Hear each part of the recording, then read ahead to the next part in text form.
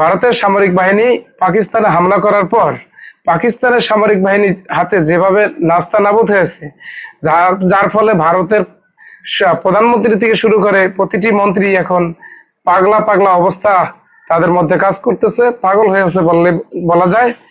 তারা এখন আবল তাবল বকছেন। ভারতের প্রতিরক্ষা মন্ত্রী রাজনাথ সিং বলেছেন, পাকিস্তানের যে পরমাণু অস্ত্র রয়েছে সেই পরমাণু অস্ত্র নিয়ে নেওয়া উচিত। তা যান না ভাই, নিয়ে নিতে যান না। নিতে গেলেই তো পরমাণু অস্ত্র হামলা করবে, তখন কি ট্যাকেল দিতে পারবেন কিনা, এটা আপনাদের ভাবা উচিত। তিনি আন্তর্জাতিক পরমাণু সংস্থা IAEA তাদেরকে উদ্দেশ্য করে বলেন যে পাকিস্তানের পরমাণু অস্ত্রটি নিয়ে নেওয়া উচিত। বৃহস্পতিবার এমনই আহ্বান জানিয়েছেন ভারতের প্রতিরক্ষা মন্ত্রী রাজনাথ সিং।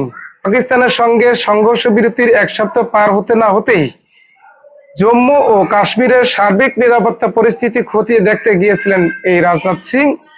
সেখানে এই মন্তব্য করেন তিনি।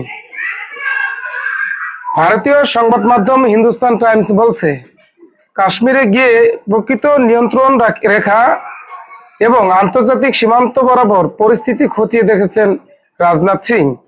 এই আবহে তার এই সফর বেশ গুরুত্বপূর্ণ। অপারেশন সিঁদুরের পর এটাই তার প্রথম জম্মু ও কাশ্মীরে সফর। একটা দেশ পরমাণু শক্তিধর হতে চায় কেন? এই অস্ত্রটি বানাতে চায় কেন? যাতে বৈশ্বিক যে চাপ আছে, চাপ বা প্রতিবেশীদের চাপ বা অন্য কোনো দেশের চাপ থেকে রক্ষা পাওয়ার জন্য, তাই না? এখন তারা যেহেতু অস্ত্রটি বানিয়ে ফেলেছেন, সেটা আজকের ঘটনা না, অনেক যুগ যুগ আগে। তো এই অস্ত্রটি আবার যদি নিয়ে নিতে চায় আন্তর্জাতিক পরমাণু সংস্থা, আপনি কি বলছেন যে পরমাণু সংস্থারা কি করবে?